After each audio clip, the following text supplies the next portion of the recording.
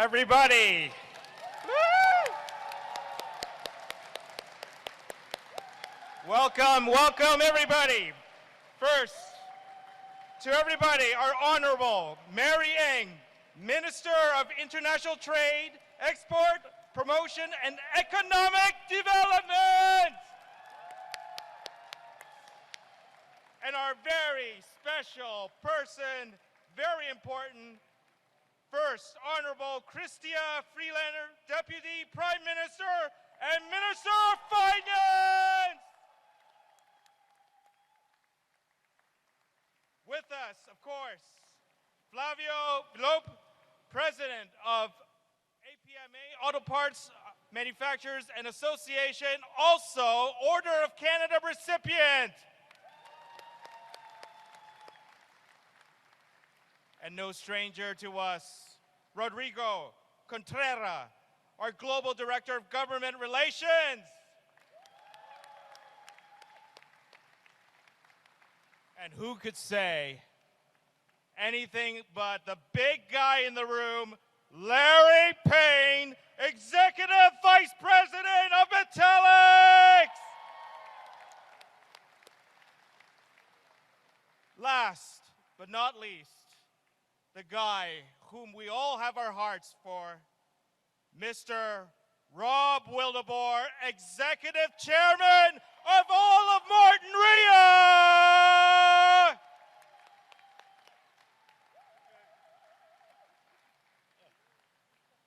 Well, I think we're going to, can you hear me? Can you hear me? All right, I think we're going to lose Jeffrey to the WWF or whatever it is at some point. I'm going to be very brief because I think our ministers, Chrystia Freeland and Mary Ng, have some good stuff to say. Rob, the journalists are asking us to hang on a minute. Oh, okay. Want any jokes? Okay. Mic check, testing, 1, 2, 3.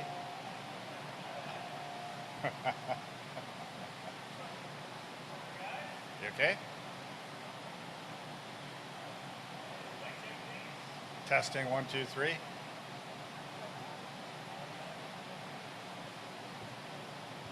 Testing, 1, 2, 3. 1, 2, 3, 4, 5, 6. Testing on the Want me to question. get closer? Oh, Check, there we this go. isn't on, is it? Can we Okay. turn off the question mic on the side, guys? Yep. Over here. Turn this one off, please. To your right, to your right, to your right. Your other right.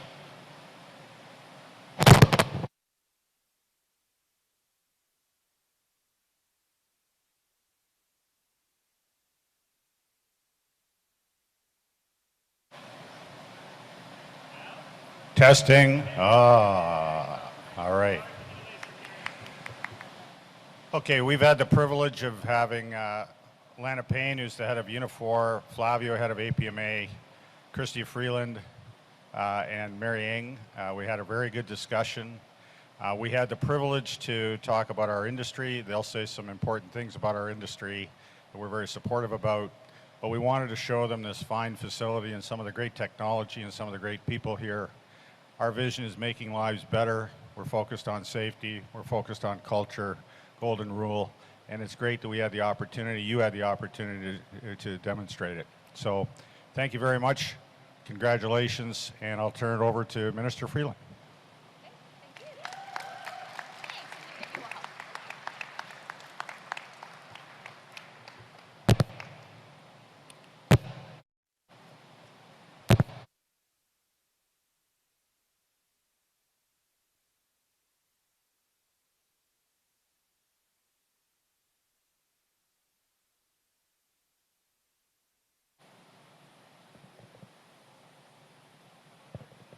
Hello?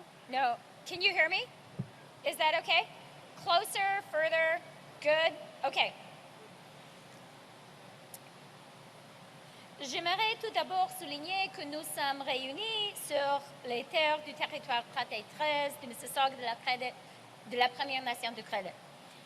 I just want to start by saying how absolutely thrilled I am to be here. And the most important people here today are all of the great workers who I can see in front of me and who the cameras can see behind me. And I just want to say to every one of you, you are remarkable. You work so hard every day, and thanks to how hard you work, thanks to your teamwork, thanks to how smart you are putting Canada on the cutting edge of one of the most important industries in the world. I am so grateful to you, and I am so proud of you.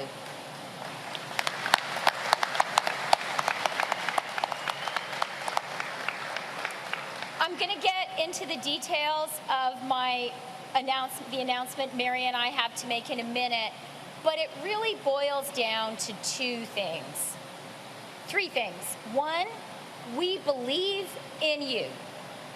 Two, we have invested in you, and we're going to keep on investing in you because you are literally one of the engine rooms of Canada. And three, we are going to protect you and defend you from unfair competition, and I want you to know that 100%.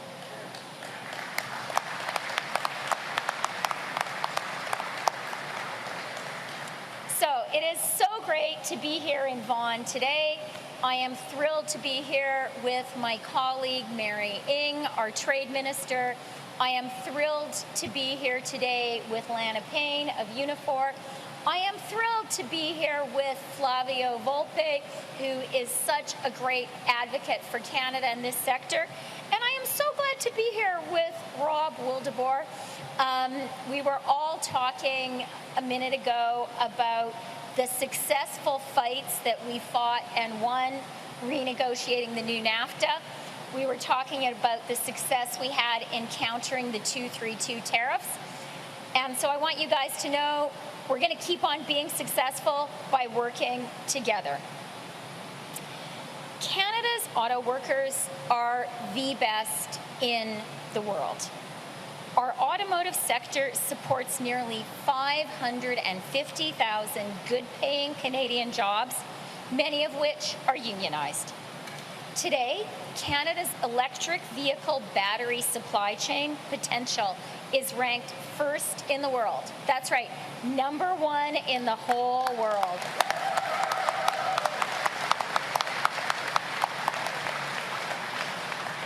That's a really big deal, and it's happening because of you. Our government is absolutely seized of the opportunities of EVs, and we're going to ensure that Canada and Canadian workers can keep on succeeding and have great, good-paying jobs.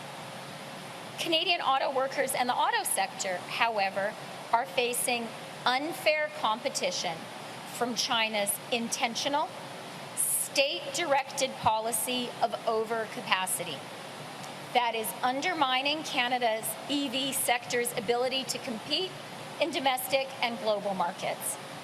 Chinese producers are quite intentionally generating a global oversupply that undermines EV producers around the world, including here in Canada.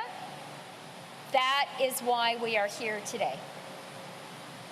Our government is taking clear, strong, decisive action to protect Canadian workers, to level the playing field, to prevent oversupply, and to prevent transshipment through Canada.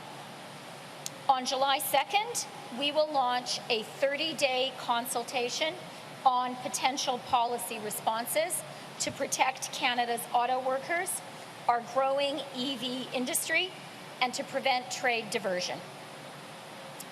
The potential policy actions we are consulting on include a surtax on imports of Chinese EVs under Section 53 of the Customs Tariff Act, changes to which cars are eligible for the existing federal incentives for zero emissions vehicle program, and potentially broader investment restrictions in Canada.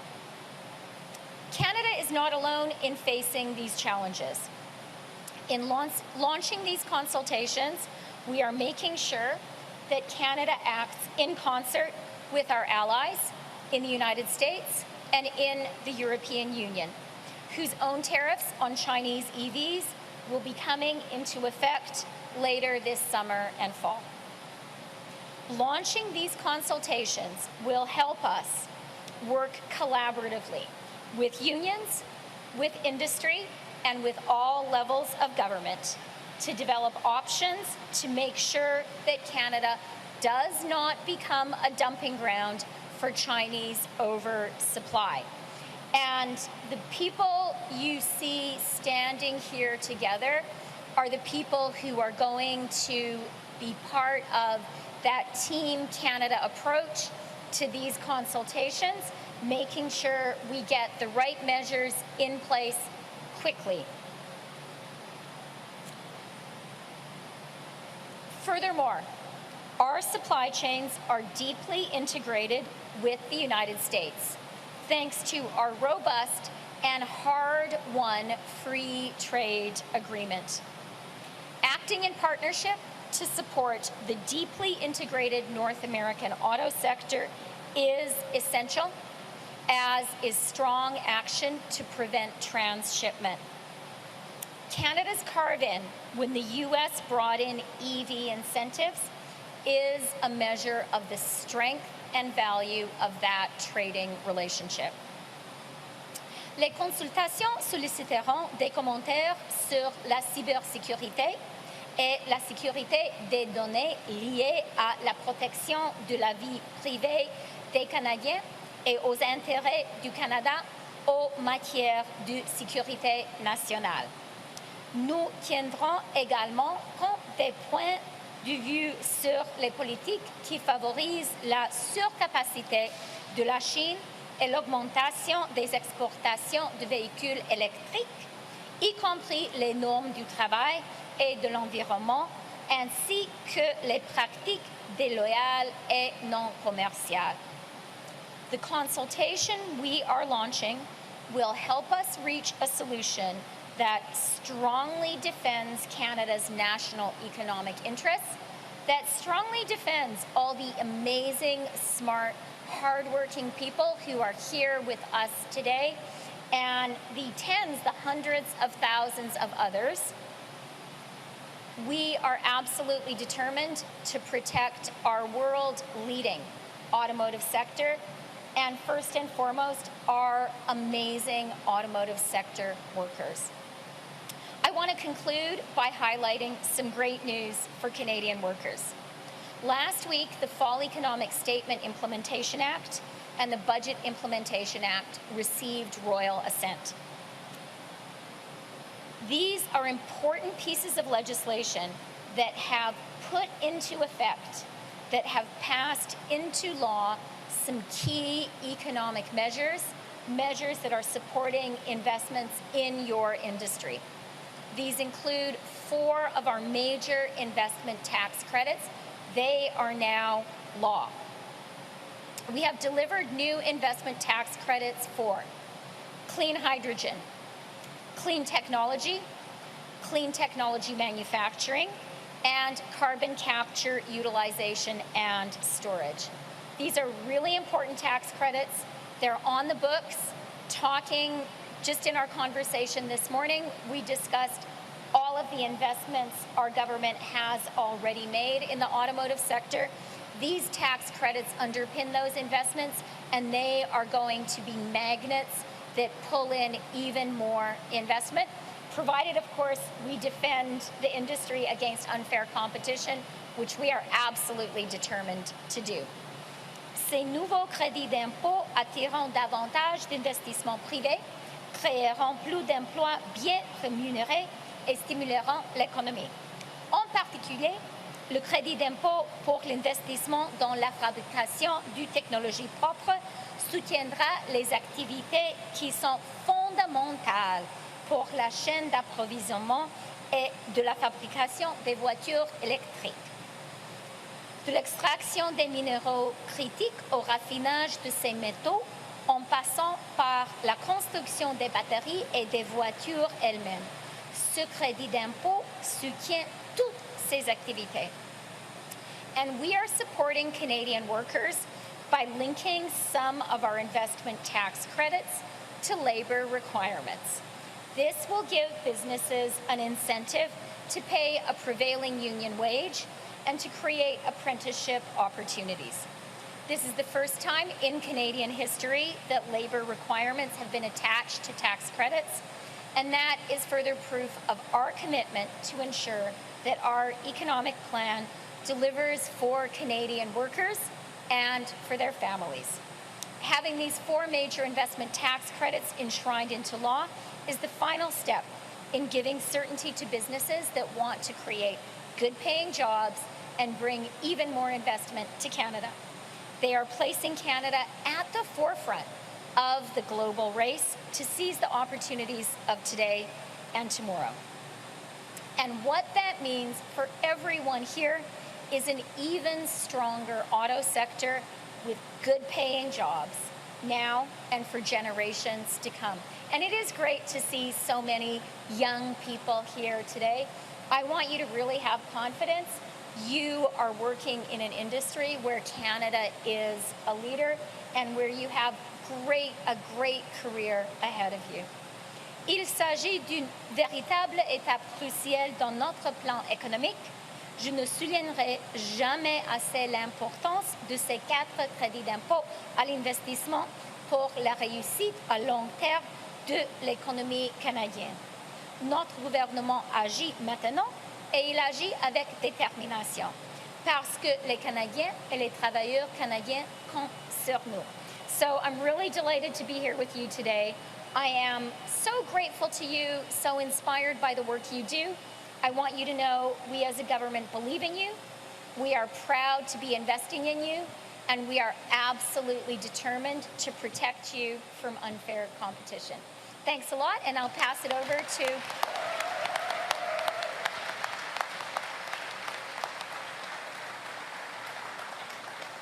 Thank you, and I'll pass it over to my wonderful colleague, our Trade Minister, Marion. Yeah, let's give her a hand.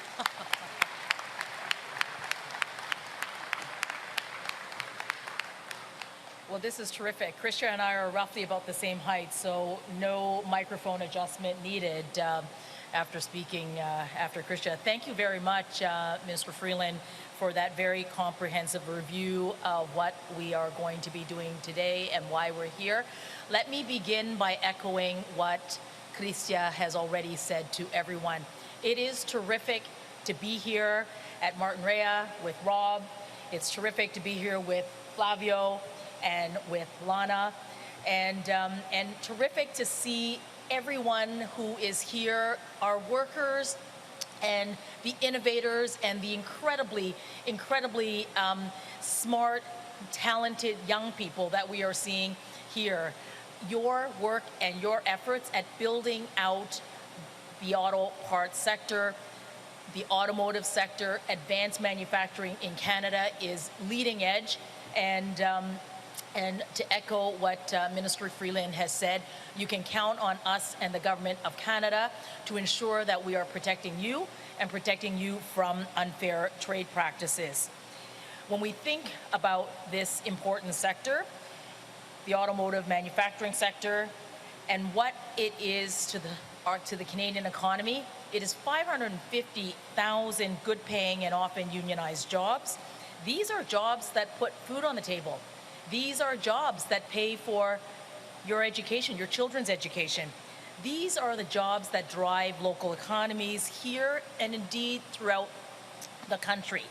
Our country has the talent, we have the natural resources, we have the clean energy that is needed to lead the EV production and revolution that we are seeing right here in Canada, and indeed, not only here in the Greater Toronto Area, but across the country from coast to coast to coast because of the natural resources that we have that go into the batteries of today and into the future. The exceptional policy measures that we are taking are, or that we are consulting on, are necessary due to the pervasive non-market policies and practices that are employed by the Chinese state in the EV sector that threaten Canada's potential. China puts their practices puts at risk, flooding our market and undercutting our homegrown businesses and supply chains, and doing that also puts Canadian jobs at risk. So when governments engage in that kind of behavior, it isn't just targeting companies, it is targeting the livelihood of our workers and the stability of our communities. So as your trade minister, together with the Deputy Prime Minister, we're committed to protecting our industry from these unfair trade practices. We won't stand by while our industries and our workers are disadvantaged by non-market practices, but also a failure to respect environmental or labor standards. We're going to collaborate with our partners to respect our international trade commitments while ensuring that there is a level playing field for Canadian businesses and our workers so that we can compete fairly and that we can indeed thrive. So it does mean that we will stand up to practices that distort the market and then supporting policies that will ensure that there is fair competition across the globe. The consultations that Minister Freeland has detailed will help us gather input from industry on ways that we can protect our industry and our workers from unfair trade practices. And these extraordinary and exceptional measures will directly address these practices. It is ultimately about making sure that we are protecting our industries, our workers, our communities from coast to coast to coast. With that, I'm going to pass it along to the next speaker, which I'm not sure who it is, but it's Lana Payne. And I just want to again say thank you so much for having me here. Know that you can count on the Government of Canada. We're going to pursue these consultations, and I'm confident that following these consultations, we will have some tools and an understanding how best to move forward to address these unfair trade practices. Thanks so much.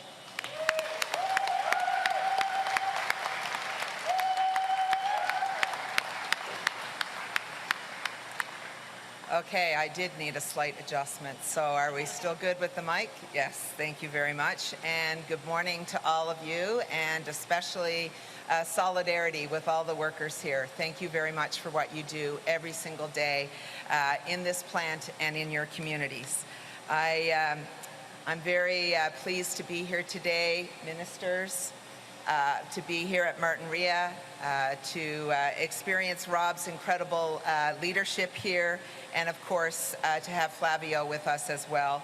And I want to say a special thank you to Deputy Prime Minister Freeland for the opportunity today to speak here on behalf of Unifor and our 320,000 members all across this country, but in particular our tens of thousands of members who work in the auto industry in Canada.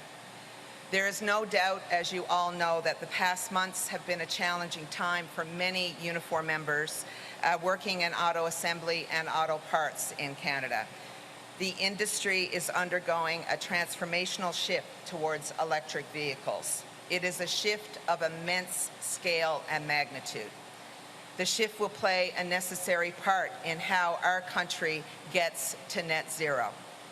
Canada currently has the ingredients to be a global automotive and EV powerhouse. That's in part because of our proximity to these critical minerals, our, of course, clean energy, and our deep roots in automotive manufacturing. But it's also because Canada is home to the highest skilled and most talented auto workers in the world, one of this country's greatest advantages. And there is a lot at stake for Canadian workers in this EV transition. Building the affordable, clean vehicles of the future means building these vehicles here in Canada. Tackling climate change fairly and justly means creating good, fulfilling, and yes, unionized jobs here in Canada. There is no importing our way to net zero. The launch of this consultation into unfair Chinese EV imports is welcome and necessary news. As an industrial union with members across 20+ sectors of the economy, we will always advocate for greater transparency in supply chains. Canadian workers want to see more measures to increase that transparency for safety reasons, for economic reasons, for trade reasons, for environmental reasons, and yes, for human rights reasons. Too often, past governments have approached trade relations and trade performance with blindfolders on, signing trade deals that often hurt workers, and giving countries like China VIP treatment to invest and sell into Canada with no reciprocal treatment, while pretending that this is somehow fair when we know that it is not. A surge of low-cost EV imports from China will undermine everything being done here right now to rebuild and grow a strong and truly national auto industry, one that competes on the world stage. And our members, quite frankly, have worked too hard to get to this point to allow us to go backwards. There is no justification to trade away high-paying, high-skilled jobs for cheap and high-carbon-intensive vehicles built under deplorable labor conditions. Cheap comes at a very high cost, including a cost to our own jobs and communities. And this, I will tell you, our union will not stand for. Waiting until it's too late, when the damage is done and irreversible, is not an option. So I'm very encouraged today that the federal government has heeded our call to action among calls from others in the industry. The U.S. has acted, they've used tools available to them and taken proactive steps to safeguard their market against unfair imports. The EU has acted as well, even more recently, and now Canada will do the same.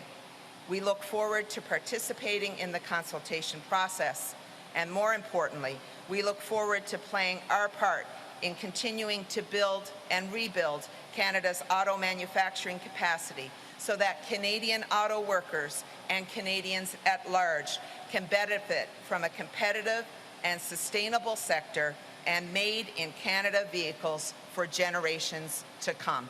Thank you very much. And now you're going to hear from Flavio. Boy, you don't want to be the last guy. I'll give him a hand. Give him a hand. You don't want to be the last guy at one of these. But I'm going to be brief, but I'm going to point out why we're here. Everything that China does is intentional. So let's be intentional. In 2015, when a new government was elected in Ottawa, the new trade minister asked me, what can we do differently? What can we do with our partners? I said, come and see me. And Chrystia Freeland, the new trade minister, came to see us at the APMA, and Rob Wildeboer was there, and Fred Di Tosto was there, and the Martinea team was there, and we said, we're going to have to renegotiate the NAFTA, and we've got investments throughout the continent.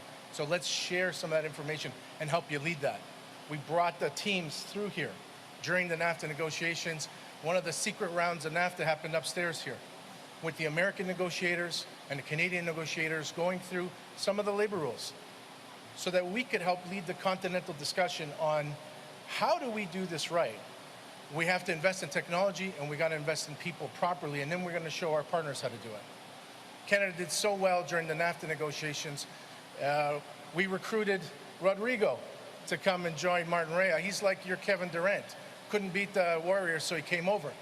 And he was with Pro Mexico, but he saw what we can do here and has been leading a lot of that intelligence and that understanding of how we work together as a region.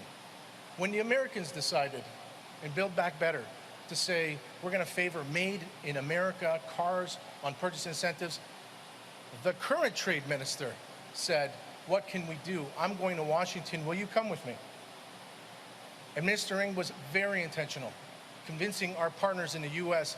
that we build everything together, we should do everything together, and together we're stronger against China and everybody else who would intentionally do us harm. So without Mary Ng on Build Back Better, we wouldn't be having this discussion today as well. This is Team Canada. Right now, the threat, as we've been articulating for the longest time, is the world's biggest emerging power, who has geopolitical sights on passing the North American sphere, is passing us in automotive. But they're doing it in unfair practices. The first meeting Team Canada had on this, and I'm very happy they were having a formal consultation. But in October of last year, the two ministers, myself, and a few others, always in partnership with Unifor. Unifor has been a partner throughout all of that. Said, hey, look, this is the emerging threat. We're going to help you understand that. Our team, the Martinea team, went down to Washington with our Senior Vice President, Lauren Tedesco. We talked to the White House. We talked to Treasury. We talked to the economy and said, we do things well together. Let's meet this challenge together. So as we stand here, I couldn't think of a more proper place to be announcing that we're going to bring all the resources across government and industry to say, what's a thoughtful response? How are we going to do this right to secure all these amazing investments? We've been on an investment run over the last 2 years here in Canada, intentionally, that has exceeded the investments of the last 30 years. 10 years ago, they told me that this industry was dead, right? And here we are, fighting with the biggest powers in the world on our #1 rating with Bloomberg NEF on the world's greatest supply chain. So thank you, Minister Freeland. Thank you, Minister Ng. Thank you, Lana, for always being a very strong partner. You know, it's rare when we go around the world. My counterpart does not work with Lana's counterpart. We work together in Canada because we know we want the same things. Good opportunities for companies, for people, for future generations. And then I'll just say one last thing. If Team Canada has a captain, it's Rob Wildeboer. And Rob is, give him one of these.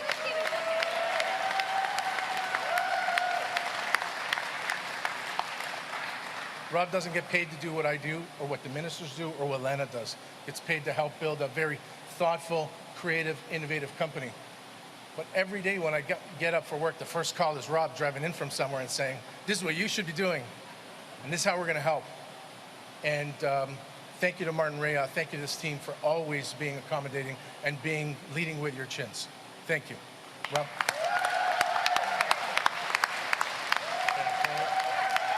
So thank you very much for listening. We're going to turn it over to Minister Freeland for her presser, as they call it. But I'm very proud of you folks. You show up well all the time. Thank you.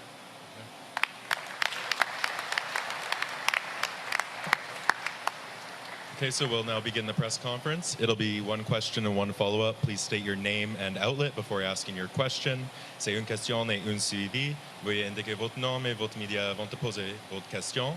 Merci. La première question. And you can ask anybody. Hi. Hello. Hi.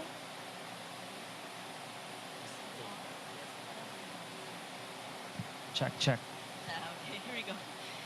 Hi, Minister. Barbara with iPolitics. Some unions have raised concerns that members are missing out on opportunities for work at these plants because of the operators' use of foreign workers. What steps has this government taken to address those concerns and protect those local jobs?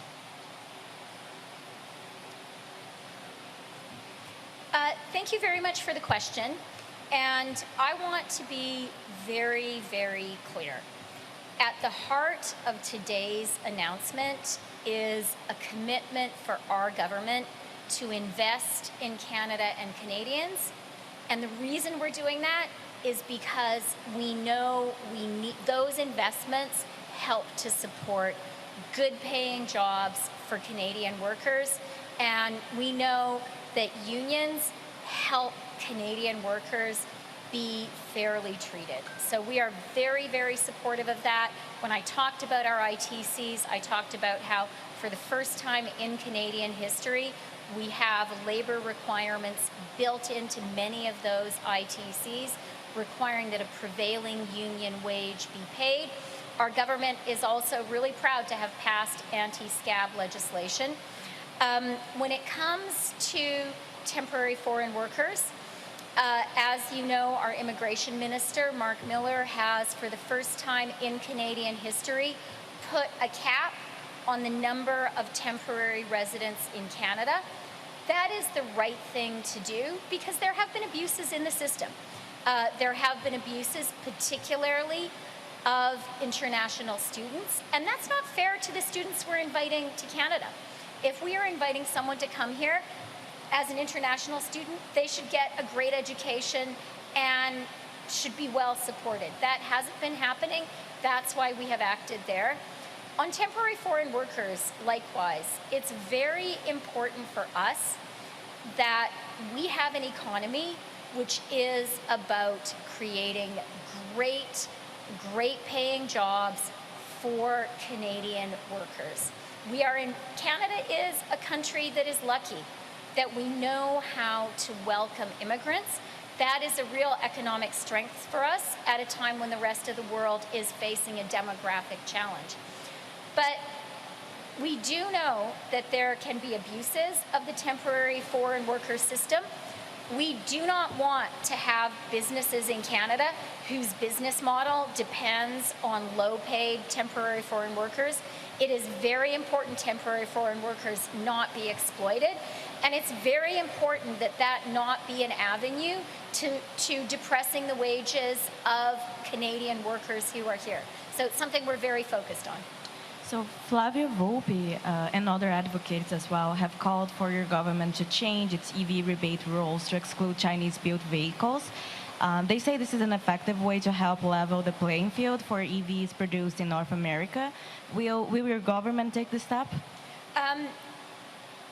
We announced a lot today, so there's going to be a lot for people to kind of unpack.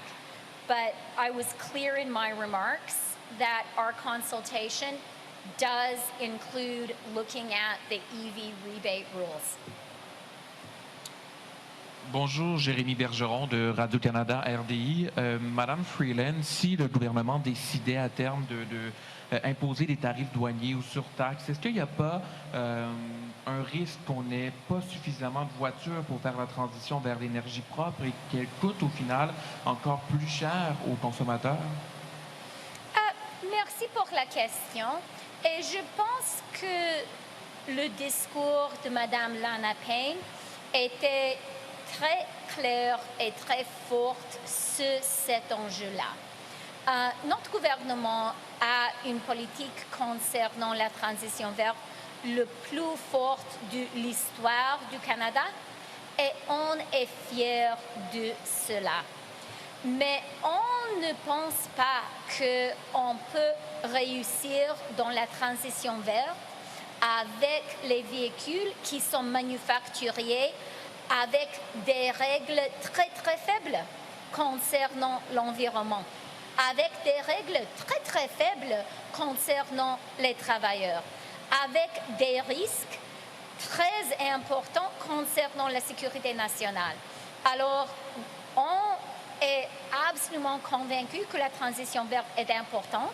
C'est pourquoi nous avons une politique, une action climatique très forte.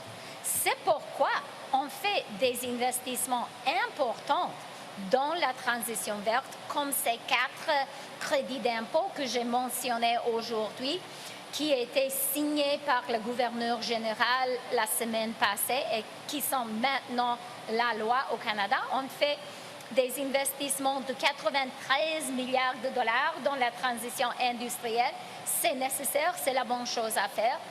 Mais on ne pense pas qu'on pourra vraiment réussir dans l'action climatique en utilisant les choses manufacturières dans un système qui n'a pas vraiment des standards environnementaux, incluant des standards pour la production de l'électricité et de l'énergie. Élection partielle à Toronto-Saint-Paul aujourd'hui. Qu'est-ce que vous diriez aux électeurs de cette circonscription pour les encourager à aller voter? je dirais premièrement, je les encourage à voter. Notre démocratie est précieuse. C'est très important pour tout le monde d'utiliser ce droit sacré de voter. C'est une élection une élection partielle dans laquelle les gens qui habitent à Saint-Paul auront le droit de choisir entre deux visions du Canada, entre deux visions fondées sur des valeurs qui sont très différentes. J'encourage les gens à Saint-Paul de voter pour notre candidate extraordinaire, Leslie Church, parce qu'elle représente les valeurs duquel on parle aujourd'hui. Elle représente les valeurs d'investir dans le Canada avec les investissements historiques qu'on fait dans notre industrie des véhicules. Elle représente une vision qui dit nous devons investir dans les Canadiens eux-mêmes, comme par exemple avec notre système national des garderies de petite enfance. Et elle représente en bout de ligne les valeurs de notre communauté, d'un Canada dans lequel on croit que nous tous devons travailler ensemble. L'alternative qui représente les conservateurs, c'est l'austérité, c'est couper, couper, couper. Nous sommes ici dans une usine dans le secteur des véhicules et je dois souligner que les conservateurs étaient et continuent d'être contre les investissements si importants que nous avons fait et continuons de faire dans cette industrie si importante. En anglais pour nos amis ici, s'il vous plaît. Nos amis, nous avons des amis ici francophones aussi, mais well, thank you for the question. Today is an important day in Toronto, St. Paul's. There's an important by-election there. I just want to first reflect on the fact that, we are really lucky to live in a democracy, and we should never take our democracy for granted. And I really encourage everyone who lives in St. Paul's to get out there and vote. Living in a democracy is a privilege, and we should exercise that sacred right.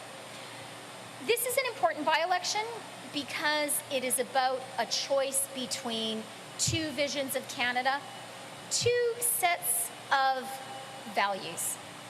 I really want to encourage people to vote for our outstanding, hardworking candidate, Leslie Church, our hardworking Liberal candidate, Leslie Church. What she stands for is the values we are talking about here today. She stands for a vision of Canada, which is about investing in Canada, investing in essential industries like our car sector, being sure that Canada can own the podium, investing in Canadian workers, like the amazing workers who are here, investing in Canadian families with things like our national system of early learning and childcare, which is helping so many Toronto families with affordability, saving more than $8,000 per year per child already, and we're not yet at $10 a day. We're going to get there. And at the end of the day, a vision which believes in a Canada that plays as Team Canada, where we all work together to support and defend the national interest, as you are seeing here today, with unions, with industry, with government. That is Leslie's vision. That's the Liberal vision. That's why I'm really calling on the people of St. Paul's to go out there and vote for her, because the alternative is really cold and cruel and small. The alternative is cuts and austerity, not believing in ourselves as a country, not believing in our communities and in our neighbors. Next question. Hi, Monique Molina, Bloomberg News. The tariffs announced by the U.S. are much higher than those that the EU is looking to put on Chinese EVs. Which approach do you think would be better for Canada to take? Thank you for the question. What we've announced today is a consultation, a short consultation for 30 days. We are not announcing today the results of that consultation. And what we are committed to is doing what has worked for Canada already, which is working incredibly closely with industry, incredibly closely with unions, incredibly closely with all levels of government to come to the right answer for Canada. And working together really matters because we know when we play as a team, Team Canada wins. I do want to highlight that in our announcement, we've been clear that nothing is ruled out and all possible tools are on the table. That includes the use of Section 53. This is a very powerful tool in Canada's toolbox. It grants very strong and very broad powers to the finance minister to act. And we certainly see the need to be very strong in our defense of Canada and the national economic interest. And we recognize, as you've heard people say, we recognize that China has an intentional state-directed policy of overcapacity, of shipping that overcapacity out of China to other countries. We recognize that that is done using really poor labor standards and malpractice, really poor environmental standards and malpractice. And we're going to be talking about that with our partners. And we're also talking about, as we said today, the national security aspect of this.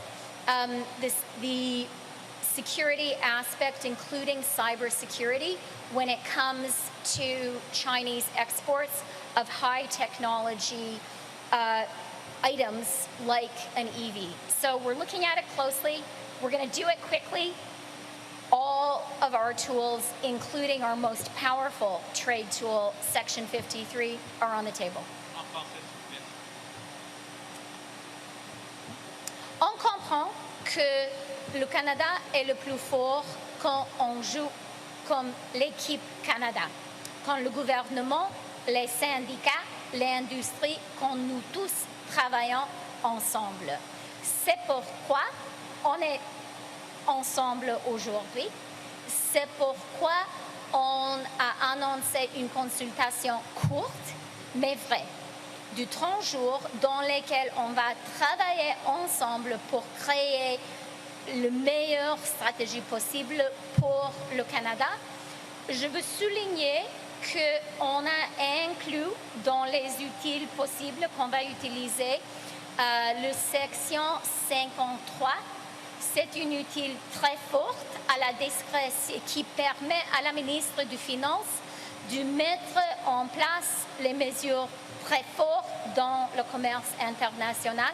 On n'est pas ici aujourd'hui pour annoncer une décision, mais c'est peut-être notre outil le plus fort et on a intentionnellement dit que l'usage de cet outil sera inclus dans nos consultations.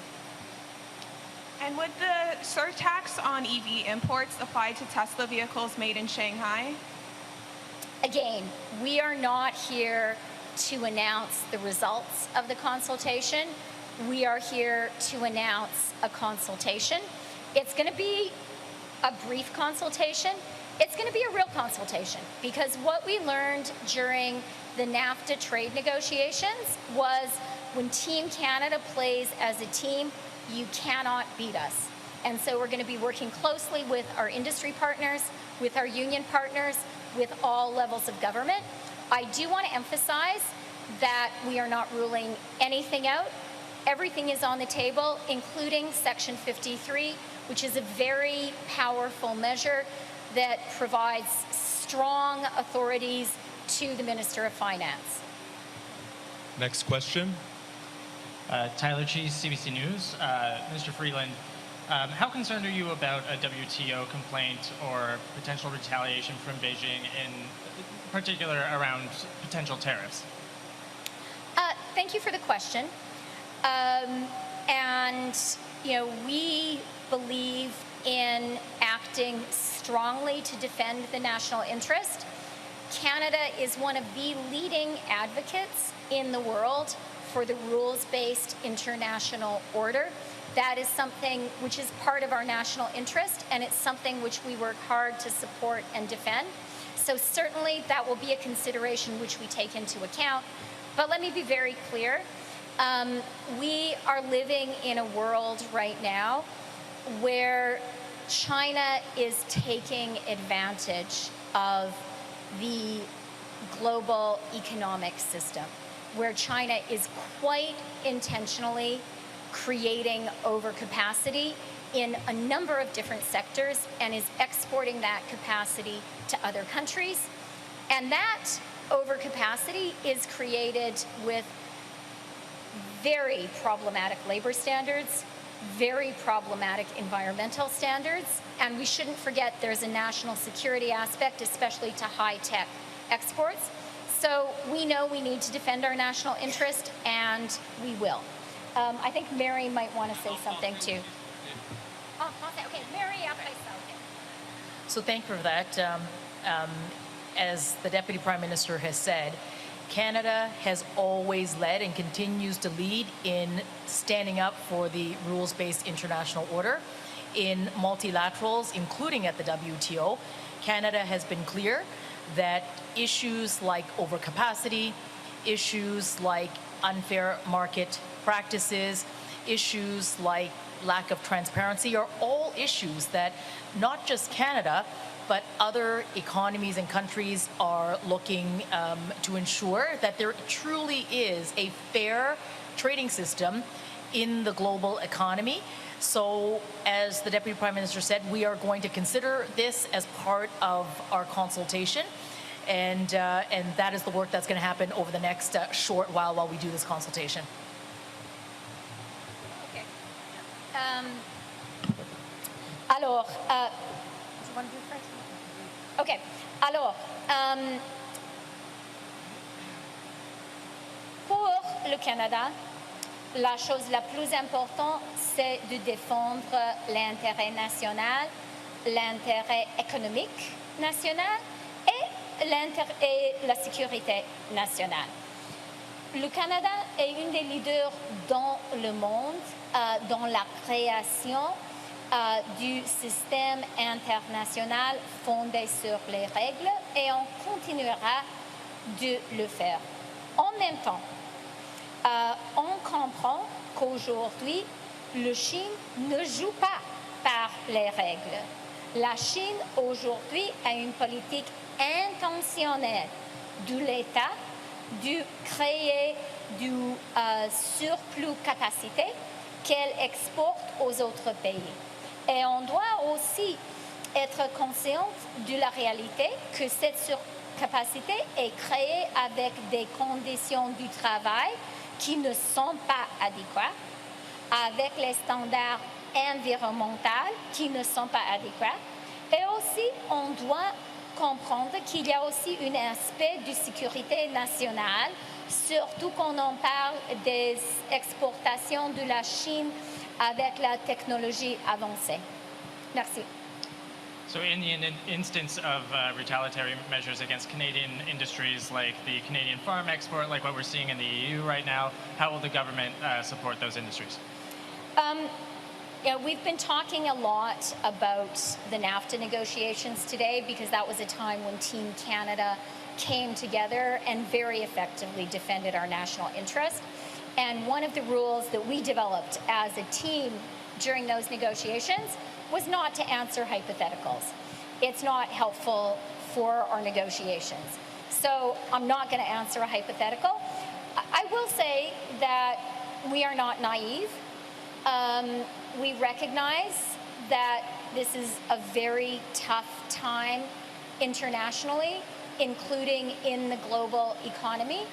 And that's why we're going to, during our 30-day consultation, really work hard on putting together the smartest possible measures which defend us intelligently and to be prepared for all eventualities. Thanks. Prochaine question. Hi there, Mark Reynolds with the Globe Mail. Question for Finance Minister. Your government has a goal of hitting 100% EV sales by 2035. the biggest stumbling block you hear from economists to the uptake of EVs is prices. And I'm wondering how you can justify taking a measure that will raise prices for EVs, prevent lower cost EVs from entering the market in a way that could potentially hinder the uptake of EVs, hit consumers, and prevent you from hitting your goal of 100% EV sales. I would really like to highlight and amplify Lana Payne's great remarks addressed directly to those issues. And I'll just add, our government has believed from day one that the economy and the environment go together. We know that Canada needs to take climate action, and we know that if we do it right, climate action is an economic plus. Climate action actually means even more great paying jobs for Canada, and a Canada which is even more competitive in the global economy. And the people you see here are evidence of exactly that. We also do not believe that the path to climate action is based on production which is made using low environmental standards, using low labor standards, and potentially threatening our security. That is not the way to meet climate goals. Okay, I have a question which is also for Finance Minister. This is related to the killing of Hardeep Singh Nijjar. Are you concerned by reports that pro-Khalistan crowds protested Air India memorial services in several Canadian cities, with signs promoting conspiracy theories that the Indian government was behind the attack? So let me say two things. One, hate is never acceptable in Canada in any environment. Second, and the Prime Minister has been very, very clear about this, also starting in 2015, a Canadian is a Canadian is a Canadian, and our government will always stand up for the rights of Canadians in Canada, and we will always be really, really clear. You're not allowed in Canada to kill Canadians. And the Prime Minister has been very forthright on that, and I do want to assure all Canadians, including those who feel particularly threatened by the killing, and the one-year anniversary has just passed, that our government will always stand up for every single Canadian. Morning, Minister Freeland, Matt Hamid with the Canadian Press. Are you concerned that Canada's are you concerned that Canada's massive subsidies for the industry undermine Canada's argument that China is being unfair? No.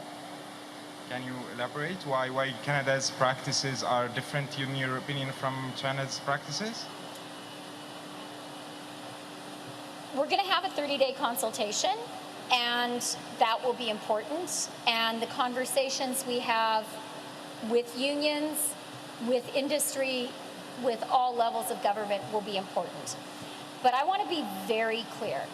What we are seeing in the EV sector from China, and we have seen it in other sectors and are seeing it in other sectors as well, is a deliberate national economic policy of creating overcapacity because there is insufficient domestic demand, and China has been unable or unwilling to create domestic demand.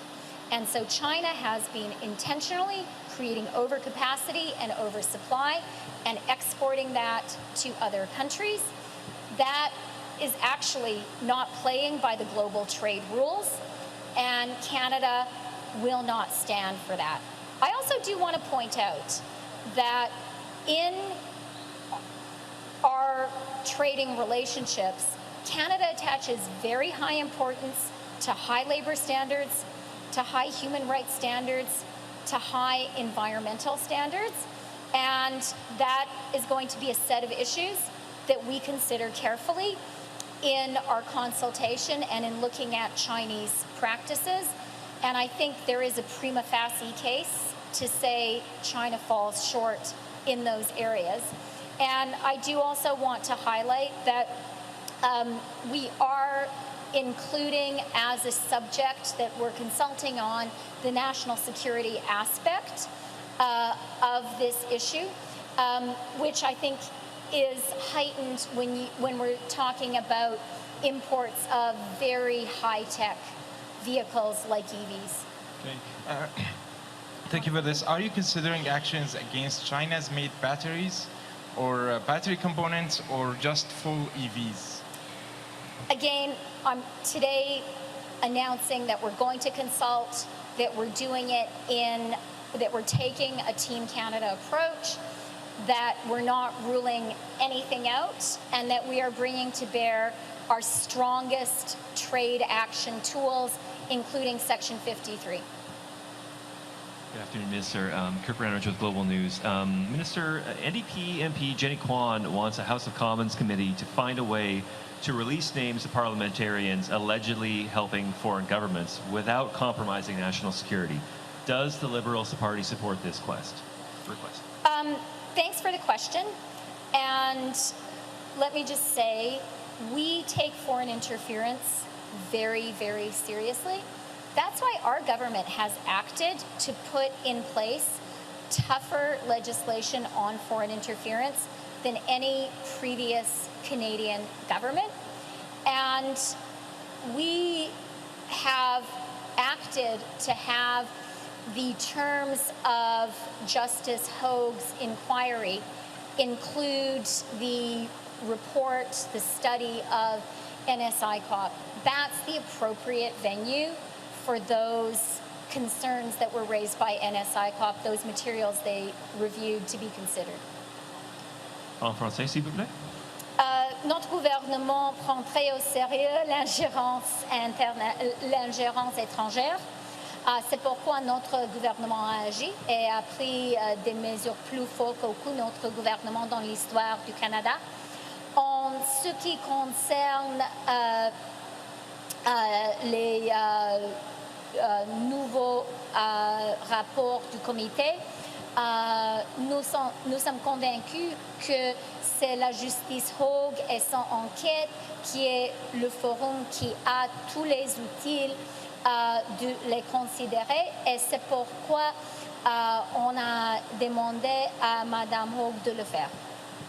And why isn't a parliamentary committee looking into this issue? Is the government deflecting responsibility by handing this off to a public inquiry? No. En français, s'il vous plaît? No. Next question. Okay. That concludes today's press I conference. have just one final comment, and I generally really agree with Flavio Volpe and Lana Payne. And I think it was Flavio who described Rob Wildeboer as captain of Team Canada. Now, I love working with Rob, and what I've seen here in Martinea has been totally impressive and exciting. But something very important is happening today for Canada and Canadians, which is the 7th game of the Stanley Cup Finals.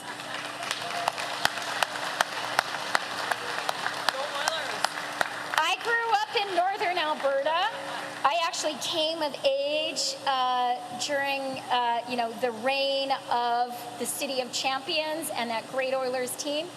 And I have to say, today, I think the captain of all of Team Canada is Connor McDavid, who's a great Ontario boy.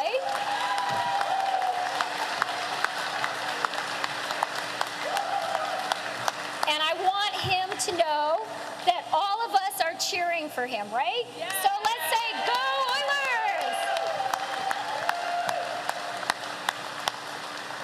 Merci beaucoup. Thank you very much. All right, so that's Finance Minister Chrystia Freeland wrapping up her news conference, which